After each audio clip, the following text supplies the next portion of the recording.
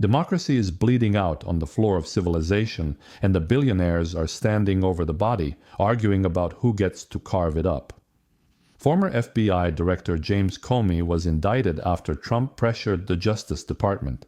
The man who once stood for the rule of law is now prosecuted for the crime of having stood for the rule of law, but you didn't hear about it, because the algorithms don't want you to.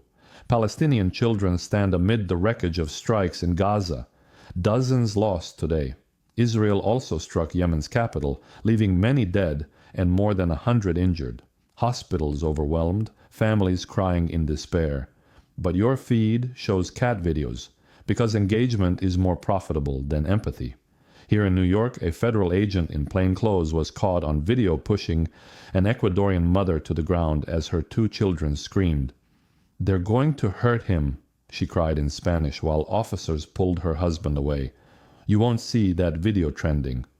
The algorithm knows better than to upset you with reality.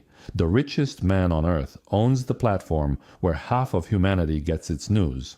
Today, his algorithm decides what billions think about war, suffering, truth itself. Larry Ellison now controls TikTok's U.S. operations. The 4th richest owns the newspaper that once held presidents accountable. The UN Secretary General warned of a global crisis where conflicts multiply and there's a sense of impunity. Every country believes they can do whatever they want. He's right, because information has been privatized, truth commodified, reality sold as a subscription owned by 4 men. Ukrainian drones struck Russia's Afipsky oil refinery overnight. Russia's foreign minister says NATO and the EU have declared a real war on Russia. We're inches from nuclear winter. And what's trending?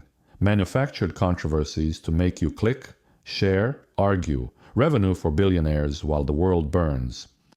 Platforms that promised connection have become tools of disconnection. Trump is negotiating a $20 billion bailout for Argentina, while American families can't afford groceries. Teachers buy supplies with their own money. Nurses work multiple jobs and still can't afford rent. Your children are growing up where 4 billionaires decide what they're allowed to think, where truth is whatever generates engagement, where democracy dies, not with soldiers or book burnings, but with algorithms and ads. This is today, the day you woke up in a world where information warfare isn't foreign governments doing it to us. It's our own billionaires, every second with our consent. Every notification is a shot at your capacity for independent thought. Every scroll, a vote